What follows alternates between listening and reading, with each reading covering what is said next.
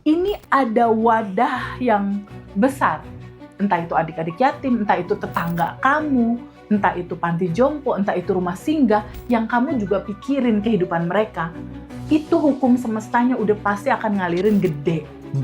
Jadi kalau seandainya kamu wadahnya kecil, wadah kecil itu maksudnya kamu cuma mikirin diri kamu, anak-anak kamu, ibu bapak, keluarga kamu doang, itu wadah kecil.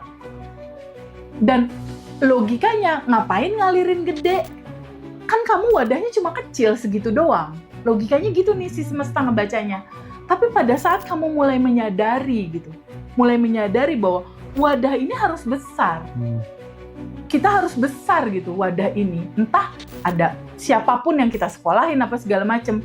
Jadi nanti ruang rezeki kamu akan ngikutin seberapa besar hati pikiran kamu melebarkan rasa kamu untuk kepentingan orang lain. Kalau kamu mau uang itu nggak berhenti-berhenti masuk ke dalam kehidupan kamu, hukum semestanya udah nggak perlu kamu pikirin lagi sebetulnya. Kasih uang, kasih kebahagiaan, kasih kemudahan, kasih makan setiap hari orang.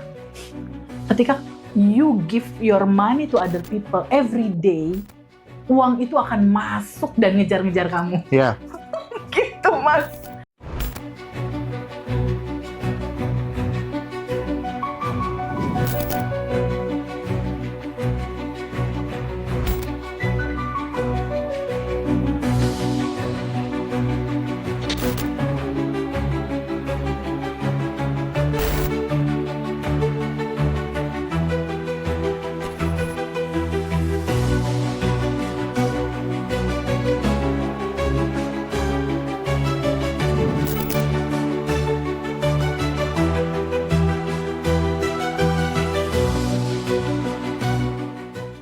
Bagaimana kemudian masa remajanya Teteh gitu kan ya, seru banget gitu. Kalau aku banyak diwarnai oleh sahabat-sahabat, khususnya organisasi sih Teh. Aku paling merasa hidupku berubah tuh setelah berorganisasi. Artinya berorganisasi itu kan ibarat orang kuliah gitu kan, kalau atau ibarat orang renang gitu kan.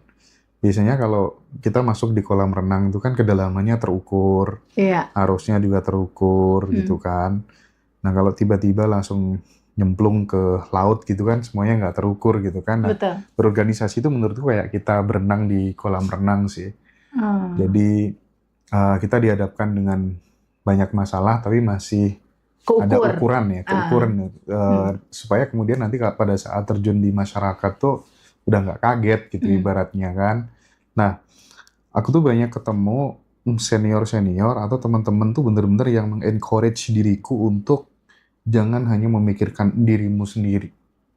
Ya, tapi kamu punya yang namanya tanggung jawab sosial gitu ya. Jadi lukislah masa depanmu sesuka hatimu, tapi jangan pernah melupakan nilai-nilai sosial. Hiduplah dengan banyak memberi, itu yang membuat diriku tuh kayak berarti gitu, gitu. Bahkan di suatu ketika aku tuh ada sahabat udah emas lah, kayak kakak kandung sendiri gitu. Hampir tiap malam tuh aku selalu dikasih cerita-cerita yang bagus, pokoknya terinspirasi banget dengan si kakak itu gitu. Tiap malam kita tidur bareng kan, di atas lantai 2 dak gitu, belum ada atapnya Teh. Tidur sambil cerita. Belum ada atap ngeliat bintang dong? Iya. Menembak cewek pakai proposal cinta tuh gini caranya gitu kan ya. Latar belakangnya kayak gini, tujuannya kayak gini gitu. Dan singkat cerita Teh, kita bersahabat ya bertahun-tahun. Aku kagum sama dia. Kekagumanku tuh adalah dia kontribusinya besar banget Teh, tapi dia nggak pernah mau menunjukkan bahwa dia sedang berkontribusi gitu. Artinya suatu ketika aku kaget ya, Mas, ngapain ke Surabaya terus? Biasa Hen, proyek apa sih gitu kan. Ya suatu ketika tuh dia merasa bersalah atau apa, Hen, aku mau minta maaf, selama ini aku bohongin kamu. Aku tuh sebenarnya kerja di Polda gitu. Sekarang jadi pangkatnya tuh udah tinggi Teh.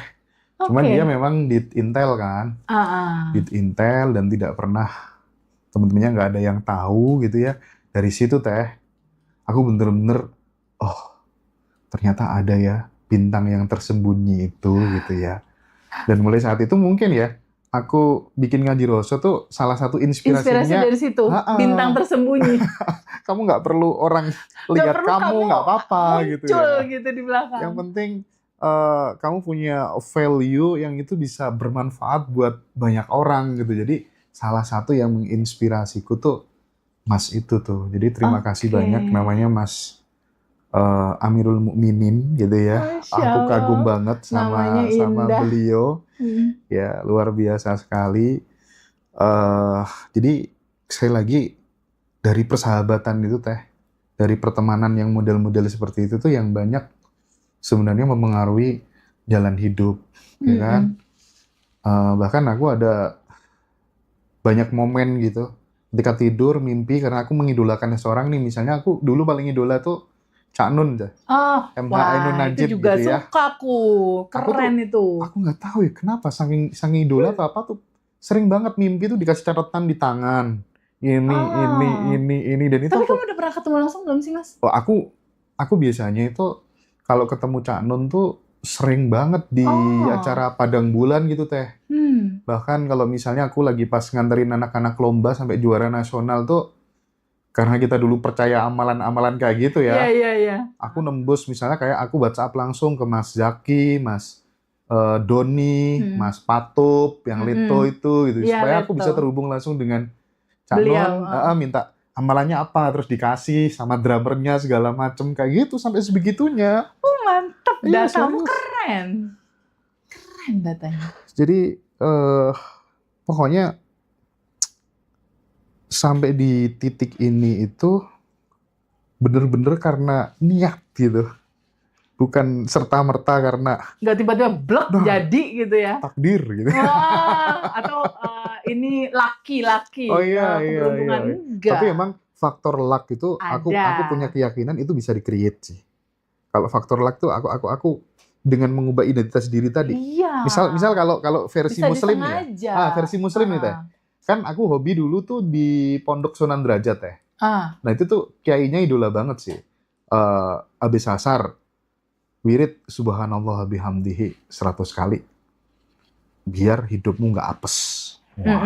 Jadi pas baca itu kan, aku nggak apes lagi. Ya meskipun tetap ada apes ya. Figur otoriti juga. Figur masih otoritas. Jadi data. Itu habis udah maghrib, jadi. Subhanallah bihamdihi subhanallahil azim.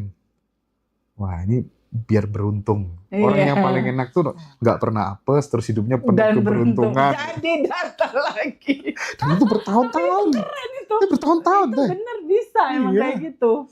Sekarang kita baru tahu kan reasonnya itu. Itu dia, baru tahu reasonnya. Jadi ternyata dari sisi law of assumption, hukum asumsi, ya, itu oleh bapak asumsi dunia tuh Neville Goddard dan Abdullah gurunya itu, dikatakan bahwa assumption is everything. Asumsi itu segalanya. Karena asumsi itu yang membentuk realita gitu. Jadi ternyata membuat asumsi itu yang nanti nih materinya nih kita kupas nih di materi Bandan Revolution batch 20 di event alumni reuni Bandan Revolution dan juga di offline sama online-nya ini ya. Terus ada satu lagi Mas Hendra Spill. Kalau teman-teman nggak bisa datang kan masih bisa kelas batch 22. Oh iya. Ya kan? Batch 22 itu di tanggal 25 Desember. Tanggal 25 Desember 2025 itu teman-teman boleh di mana aja karena itu online. Dan itu dapat kan materi ini? Dapat. Craft ini dapat kan? Dan teman-teman teman-teman juga nanti yang dimensi. Kan ada juga beberapa yang receipt. Silakan ya? Teman-teman karena ada materi baru kan. Betul. Ada 2 materi baru ini buat teman-teman. Pokoknya itu kita mencoba untuk senantiasa melakukan evaluasi, perbaikan dan penyempurnaan supaya Bandan Revolution itu terus di-upgrade dan kalau bisa disederhanakan gitu ya. Itu kuncinya. Dan aplikatif. Betul. Jadi orang tuh kan kadang baca buku nih.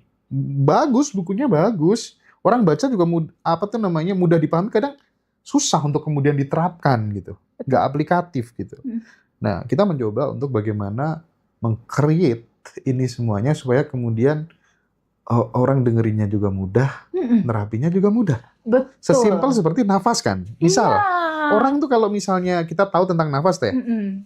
ketika kemudian kita nafas secara panjang, terus kemudian semut gitu ya, dan deep gitu ya, dan itu kemudian kita ulang-ulang gitu kan, sambil mengucapkan rasa syukur gitu. Iya. Wajah bisa berubah loh. Sesimpel dengan nafas gitu ya. Iya. Dan yang penting lagi adalah kita dapat yang namanya sensasi kalem, tenang tadi loh. Iya, Tenang. sensasi damai, tenang, cooling down. Deng, deng, deng, frekuensi kita mulai turun. Turun.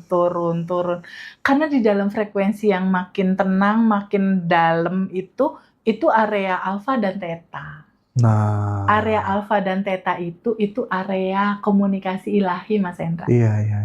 Ruang kesadaran, ruang kelimpahan adanya di situ. Dan ini sangat betul-betul kita ingin bikin simple, semudah kamu bernafas.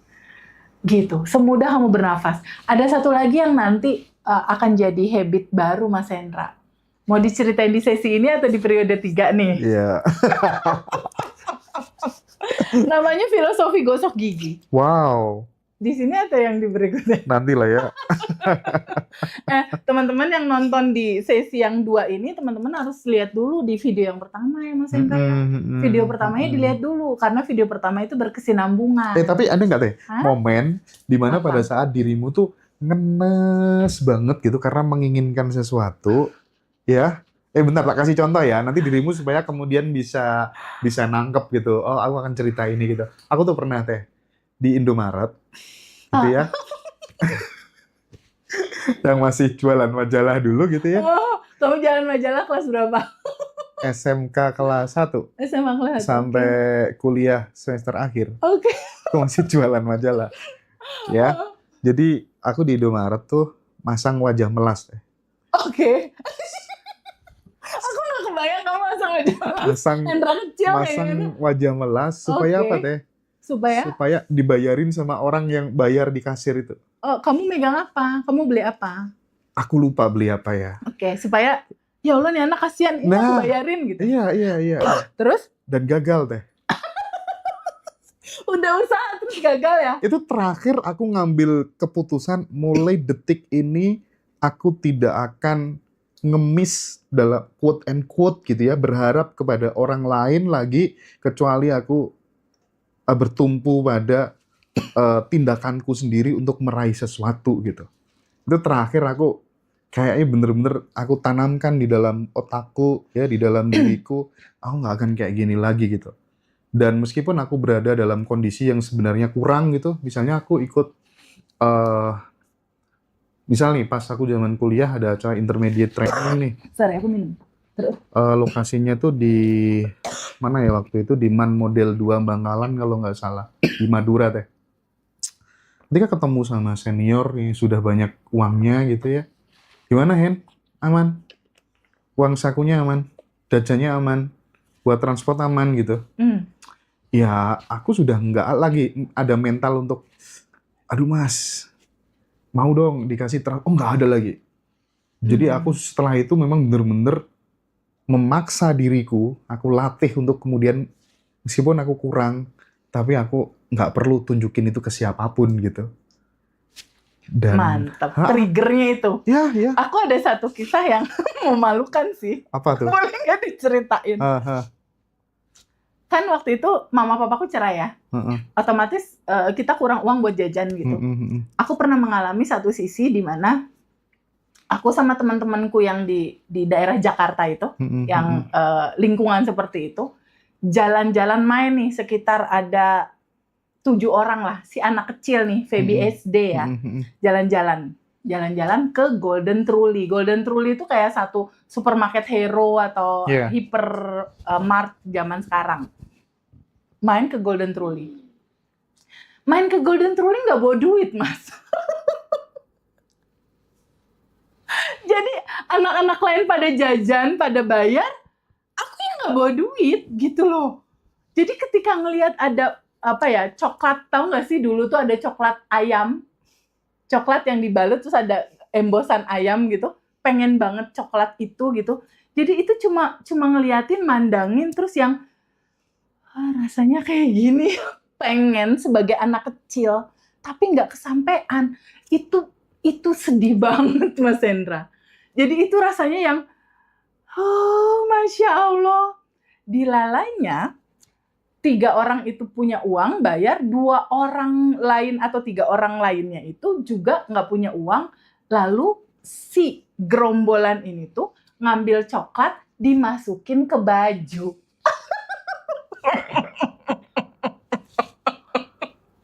Ngambil coklat, dimasukin ke baju, Mas.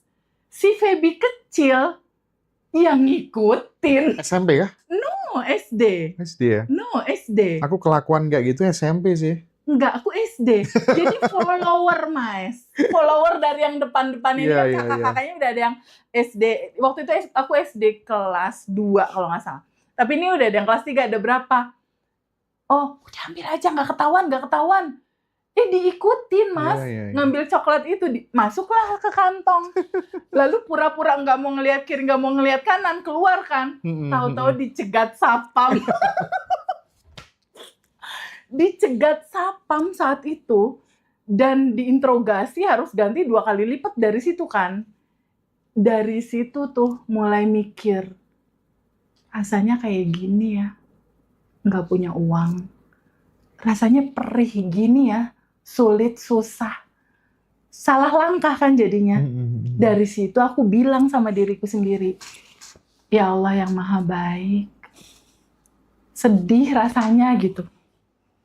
Di umur SD aja tuh saat itu udah bisa mikir, aku suatu saat kalau jadi orang baik, kalau jadi orang kaya, aku akan ngasih jajan sama anak-anak yang modelnya kayak aku dulu gitu, kayak aku kecil gitu. Jadi tanaman-tanaman itu tuh udah mulai tanam. Nah itu sepertinya kisah paling memalukan di cerita kehidupan kecil aku jadi follower teman-teman yang lain gitu. Terus ada kisah kecil lainnya, aku punya sepupu banyak gitu. Aku tinggal di tempat nenek, my step mom punya mama di Bandung waktu itu. Waktu itu kumpul nih keluarga besar nih, mereka pada punya mobil apa segala macam. Mereka datang sama ibunya karena liburan ke Bandung gitu, ke tempat neneknya aku itu. Mereka pada main nih, kita mau main nih, ada yang main kasti, ada yang main apa. Si Feby kecil ini nggak bisa main, Mas. Feby cuci piring, Feby marut gitu. Jadi teman-teman yang lain pada main, aku gini nih Mas, marut. Ya Allah, itu main mereka. Dan itu rasanya tuh, penuh warna banget. Pilu, sedih, sedih dalam pokoknya di momen itu tuh.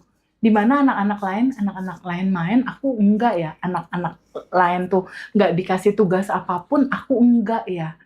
Nyes gitu. Di situ tuh ada rasa lagi, enaknya jadi mereka. Nah, sepertinya pilar-pilar itu tuh yang berbuah jadi realita kehidupan yang sekarang. Jadi kalau aku suka ngobrol sama mama, Feby mau udah terlalu kenyang sama perih di masa kecil.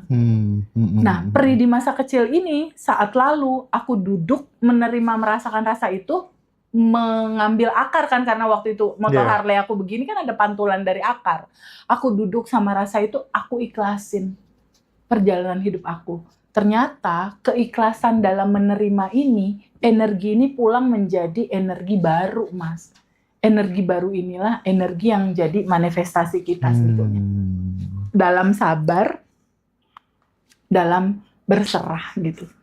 Jadi kisah-kisah itu yang nggak akan pernah bisa hilang dalam kehidupan kita, dan itu jadi kekayaan gitu. Bukan untuk disesali, ini buat teman-teman lain yang nonton nih Mas Hendra nih. Ketika pilu, ketika sedih, jangan pernah gini, aku mah dulu sedih. Justru itu buah-buah, justru itulah emasnya kamu, kekayaan kamu. Justru itulah pondasi sampai kamu bisa suatu saat jadi sukses nantinya. Justru di titik kayak Mas Hendra sekarang, atau mungkin di titik aku sekarang, itu kita ceritakan dengan bahagia gitu. Itu kita ceritakan dengan kisah yang penuh seru ya, kita mengalami semua warna itu gitu. Warna-warna yang nggak semua anak-anak umumnya lewati gitu. Ini memang extraordinary sih. Ya, tapi lagi-lagi mungkin aku ingin tutup dengan satu pengalamanku supaya kemudian ini teman-teman tidak menggantungkan nasibnya kepada siapapun itu, meskipun tuh orang yang kamu kagumi, orang yang kamu teladani, tapi aku ada mungkin bisa diambil pelajaran gitu Teh. Di saat kemudian aku waktu kuliah itu kan jadi aktivis ya. Aku aktif banget waktu itu. Demo juga aktif, diskusi juga aktif gitu ya. Sekolah aktivis di mana-mana juga aktif gitu. Nah, akhirnya kan aku mengidolakan banyak senior-senior yang kayaknya nanti aku besar bisa nih minta tolong sama dia nih. Kagum kan kita kan. Setiap disuruh Hen, ke Malang ya, besok ya. Meluncur mas, gitu kan. Langsung, aku enteng banget disuruh apapun. Cus aja jalan sama gitu senior-senior tuh nurut karena harapannya loyal, karena harapannya nanti dia yang bakal nolong aku. Kalau aku nggak ada kerjaan segala macam dan lain sebagainya gitu kan. Nggak suatu ketika dia broker sih ya. Broker tuh maksudnya dia sering megang dana-dana hibah segala macam gitu dari DPR RI, dari kementerian gitu. Dan aku dijadikan kepanjang tangannya gitu. Hen, cari ya sekolah, 7 sekolah, 5 sekolah, nanti per sekolah Hendra 5 juta, dan lain sebagainya, dan seterusnya. Nggak suatu ketika ada yang lebih besar lagi gitu. Aku disuruh ngiyakinin pihak beberapa sekolah gitu. Dan mas, tapi positif ya, ini nggak bakal meleset ya. Oke, aku garansi gitu. Ya namanya, aku bilang, karena track recordku juga selama ini bagus gitu kan. Ya, betul. Aku meyakinkan pihak yayasan segala macam. Dan mereka oke, setuju, bahagia. Dan singkat cerita, meleset. Dan dia tanpa ada permohonan maaf. Mulai detik itu, aku nggak bakal ngandalin siapa-siapa. Aku bakal bikin kursi sendiri, aku rawat-rawat sendiri, ya. Karena aku yang tahu, aku nggak akan mungkin ngecewain kursi ini, gitu ya. Bener nggak? Kalau orang lainnya kita nggak pernah tahu. Intinya jangan berharap kepada siapapun, gitu ya. Jadi berproses, percaya sama diri sendiri, dan yang terpenting Teh ya, seperti yang udah kita bahas berulang-ulang, lakukan sesuatu yang nggak dilakukan oleh banyak orang. Agree. Pasti kita akan mendapatkan sesuatu yang juga nggak didapatkan oleh banyak orang. Setuju. Konkretnya misalnya kalau orang lain, apa sih misalnya, kalau zaman Teteh kan suka ya puasa Senin Kamis segala macam. Kalau aku dulu tuh puasa kelahiran Teh. Ya setiap hari kelahiran puasa, setiap malam tahajud. Dan hampir setiap hari aku memikirkan nasib tetangga-tetanggaku, kanan kiriku. Padahal belum punya uang banyak. Tapi sensitif rasanya tuh udah dikasih ya. Tahu kenapa bisa begitu gitu. Dan aku memang kalau orang Jawa tuh ngopeni anak-anak yang nggak bisa sekolah tuh dari dulu gitu. Dari dulu gitu. Kadang kebutuhan, aduh gimana ya. Percayalah pasti besok ada gantinya kayak gitu. Tuh udah terlatih kayak gitu. Mas Hendra tahu nggak kenapa itu mengalir padamu, dan pada saat ini rezeki berkelimpahan itu banyak banget dari begitu banyak sisi gitu. Gambarannya gini Mas, aku juga mulai sedikit menyadari kayak gitu ya. Jadi guru filsafatku tuh pernah bilang begini, Feby, kalau Allah menciptakan kamu, diciptain terus udah aja diciptain hanya buat kamu doang, itu ngapain kamu diciptain? Gitu. Jadi ternyata ketika kita mulai memahami bahwa kehidupan kita saat ini tuh nggak sekedar untuk menuhin perut kita doang, nggak sekedar menuhin perut anak istri kita atau keluarga kita atau ibu bapak kita doang. Ketika kita mulai menyadari bahwa ini ada wadah yang besar, entah itu adik-adik yatim, entah itu tetangga kamu, entah itu panti jompo, entah itu rumah singgah, yang kamu juga pikirin kehidupan mereka, itu hukum semestanya udah pasti akan ngalirin gede. Jadi kalau seandainya kamu wadahnya kecil, wadah kecil tuh maksudnya kamu cuma mikirin diri kamu, anak-anak kamu, ibu bapak, keluarga kamu doang, itu wadah kecil. Dan logikanya ngapain ngalirin gede? Kan kamu wadahnya cuma kecil segitu doang. Logikanya gitu nih si semesta ngebacanya. Tapi pada saat kamu mulai menyadari gitu, mulai menyadari bahwa wadah ini harus besar. kita harus besar gitu wadah ini. Entah ada siapapun yang kita sekolahin apa segala macem. Jadi nanti ruang rezeki kamu akan ngikutin seberapa besar hati, pikiran kamu melebarkan rasa kamu untuk kepentingan orang lain. Nah, Itu kunci, Mas. Jadi pada saat Mas Hendra mau melakukan sesuatu, kalau niatnya cuma aku mau membahagiakan mama, membahagiakan papa, atau aku membahagiakan anakku biar aku bangga sama anakku, itu nggak akan seperti ngaji Rasul sekarang. Teh, aku jadi teringat sama suatu hari pas musim kemarau gitu, aku disuruh sama salah satu guruku, Hen, coba kamu pacul. Pacul tuh cangkul deh. Ya, cangkul aku Ya, tahu. kamu cangkul ya, diameter sekian, kedalamannya sekian. Terserah, kamu bikin berapa lubang gitu. Oke, aku bikin 2 lubang. Pas waktu musim penghujan, aku disuruh nengok. Hendra, dulu yang kamu cangkul tuh berapa yang digenangi air? 2, Gus. Nah, kalau andai kata kamu nyanggolnya 1, ya Tuh. 1 gitu. Kalau 3, ya 3 gitu. Oke. Rezeki itu tinggal seperti kamu menggali kebutuhan gitu. Jadi kalau Oke. semakin kamu bisa menggali kebutuhan, bukan hanya kebutuhanmu, ya, Oke. tapi kebutuhan banyak orang juga, nanti masuknya juga. Karena kocoran dari sini Nah. tanpa batas ya. Dari atasnya kan udah tanpa batas kan. Nah, itu Si tuh. hujan tuh langsung gitu kan. Tinggal tampungannya kan. Nah, wadahnya. Iya kan, Maka tampungannya kan. salah satu cara membesarkan wadah rezeki adalah pikirkan nasib orang lain. Setuju. Bantu Mas saudara-saudara kita. Betul, itu luar biasa sih. Dan kalau Gese Michael bilang nih, dosen favorit aku nih, Gese Michael bilang, ini kalimat yang aku pegang Apa terus. tuh? Kalau kamu mau uang itu nggak berhenti masuk ke dalam kehidupan kamu, hukum semestanya udah nggak perlu kamu pikirin lagi sebetulnya. Kasih uang, kasih kebahagiaan, kasih kemudahan, kasih makan setiap hari orang. Ketika you give your money to other people every day, uang itu akan masuk dan ngejar-ngejar kamu. Ya. Gitu, Mas. Itu gila sih. Dan Teh, mumpung lagi bahas ini, sekaligus kita ingin mengirimkan pesan buat sahabat-sahabat semuanya, alumni-alumni, banyak grup, ya, banyak grup. Mari kita rawat semua grup yang ada. Iya, betul. Misalnya, kita ini kan menginspirasi, mengedukasi banyak teman-teman, menggerakkan teman-teman untuk peduli dan berbagi ke banyak orang. Betul. Kita kasih keleluasaan, biarkan mereka ke tetangga kanan kirinya lah, atau kemudian ke sahabat-sahabat terdekatnya lah yang membutuhkan. Nggak perlu kemudian setiap grup harus ada, ini tabungan semesta, iuran, donasi ini, donasi itu, justru nanti akan bikin citranya komunitas kita menjadi kesannya tidak bagus. Begitu, iya ya. dong. Betul. Even aku di Ngaji Roso Peduli, TVB dengan kegiatan sosialnya, kita juga nggak pernah berkuar-kuar, ayo teman-teman kayak gini, itu memfasilitasi teman-teman yang sekiranya nggak ada waktu untuk kemudian. Nah, tapi sekali lagi, grup jangan dipakai untuk donasi-donasi apapun. Betul, ya, setuju Mas Hendra. Jadi gini, sebetulnya kan untuk kegiatan donasi dan lain-lain itu sifatnya personal ya, maksudnya pribadi. Di sini aku cuma mau kasih tahu gini, tabungan semesta itu nggak harus uang, Mas Hendra, ya, nggak harus uang, nggak harus makanan yang kamu bagi, dan nggak harus halo pengumuman, ayo tabungan semesta. Jujur ya, tabungan semesta itu nggak harus dikoar-koar dan umum-umumkan sih sebetulnya.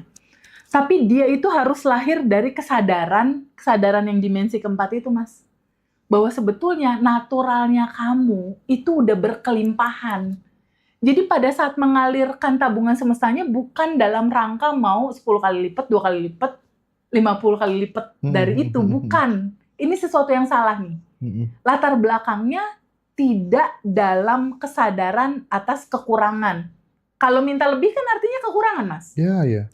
Tapi lakukanlah tabungan semesta itu atas dasar kesadaran bahwa kamulah berkelimpahan itu. Rasa kelimpahan itu. Dan tabungan semesta, di sini aku mau sampein, itu nggak harus uang. Mudahkan urusan orang lain. Lancarkan urusan orang lain. Ya, angkat berat-berat kesulitannya orang. Lancarkan, mudahkan, bahagiakan orang lain.